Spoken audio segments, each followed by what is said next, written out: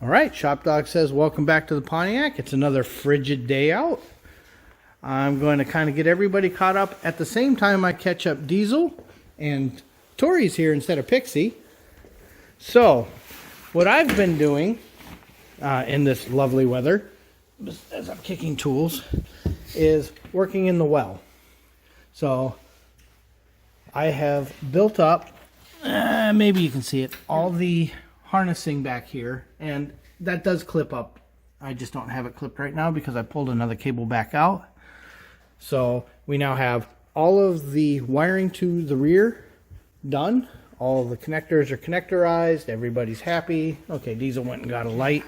I want to show it, and you can see. Oh yeah. See, there's connectors down there, and then you'll notice there's a blue wire with a connector hanging there.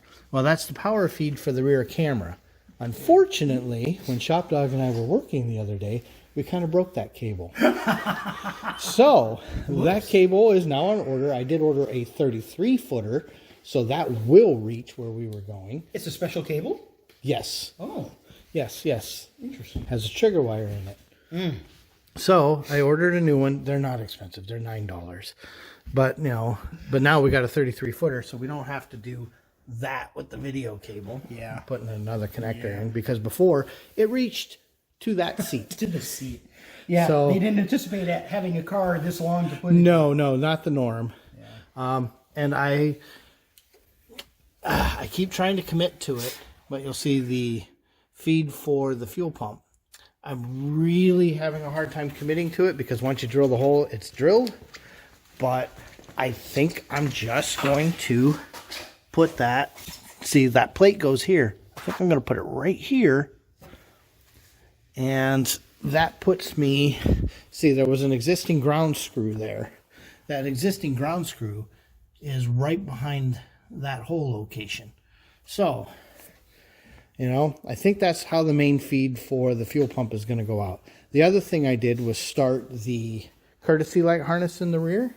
So you'll see there is a courtesy plug there, and that's your typical GM courtesy light harness orientation, because I have a sail panel light that goes there, one that goes here, plus we want to add a grounding switch in the back. And I've got another one of these right here because I need to make little adapter harnesses. And the way they did it in the 62 to 66 time frame for sail panel lights and rear trim lights is these little pop-in bullet style connectors. I have had a difficult time sourcing those connectors. So what we're probably going to do is take a modern bullet style connector and crimp them down a little bit and see how that goes, because they're just a slight bit too big diameter wise. So I will continue going down that road. But if you guys remember this project, I really want that to be something that can be easily undone. So the one for this cover is probably going to get another connector that's even easier to undo than the one that's in the back. But that's also going to give me a chance to perhaps discuss, you know, maybe mounting, you know, a switch somewhere or something, because if you ground the white wire, the courtesy lights turn on. So anyway, we're going to discuss that in a little bit. But that's what I have been doing. I made a mistake last week when it was 27 below, and I turned the shop down too far. I turned the shop down into the 40s, and when I came out on Wednesday to work, it was 39 degrees in here on both sides.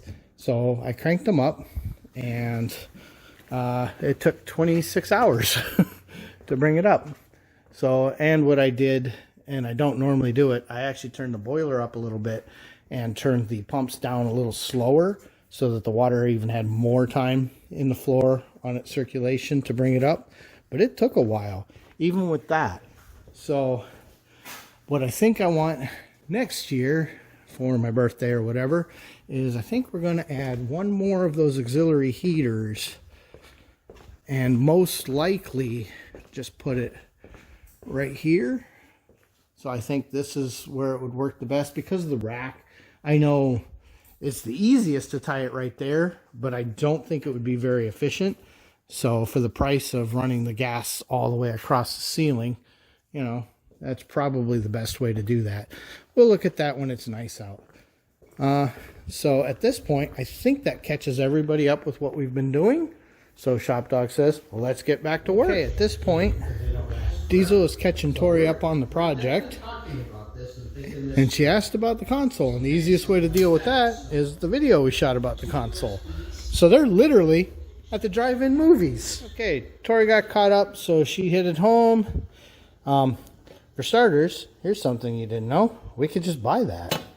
So that'll work. The console and the driver's seat are out because one of the things we had to deal with is getting in here and making sure, one, I've got to do the wiring, but two, because everything has to hit exactly at 2 points up there, it does not take much here. In fact, if I loosen these bolts a little bit, there's quite a bit of slop. It doesn't take much to make it really kick to one side or the other. So we are going to loosen those up and then play the install, play with it game to make sure we have enough range. If we don't, we have some areas we can slot on the shifter that, I mean, they already were designed that way to give us a little bit more adjustability. Okay, let's show the people where we're at. So we've got those 2 adjustment screws fairly loose. We've got this all set in here. And then we didn't screw this to the back, but it kind of goes like that. So we can see here that we've got to move a little bit to the passenger side. But by having that loose, now we can get in there and see if we have the adjustment. Yeah, we have a gap over here. Yeah.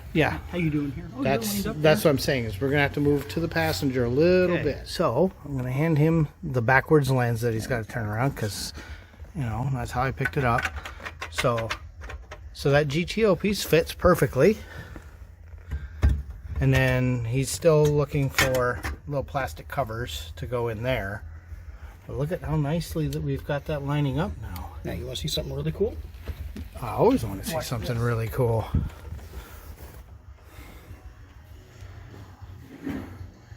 Oh yeah. And then we only took that seat out just to make our lives easier. Look how nice this console looks.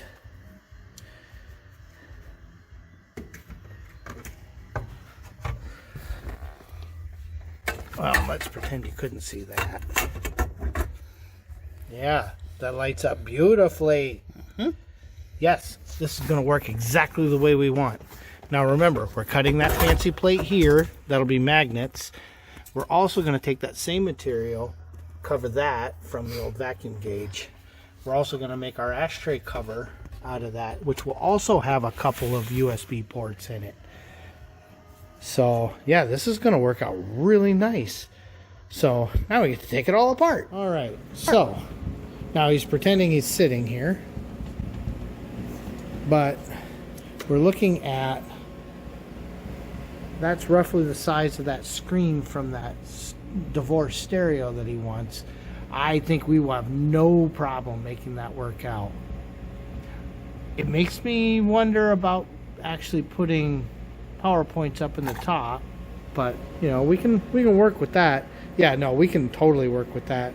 And then there's a Metra kit for it that snaps a bezel on it that I think we could pretty easily modify.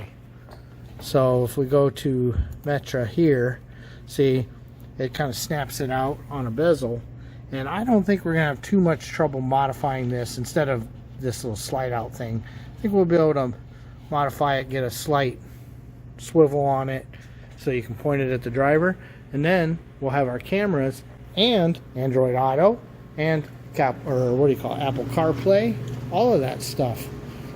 So yeah, that's probably what the actual radio is going to be, because that looks great. Also, it means that if it's on a swivel, the passenger can face it at them and monkey around with adding an address or something. So that's pretty slick.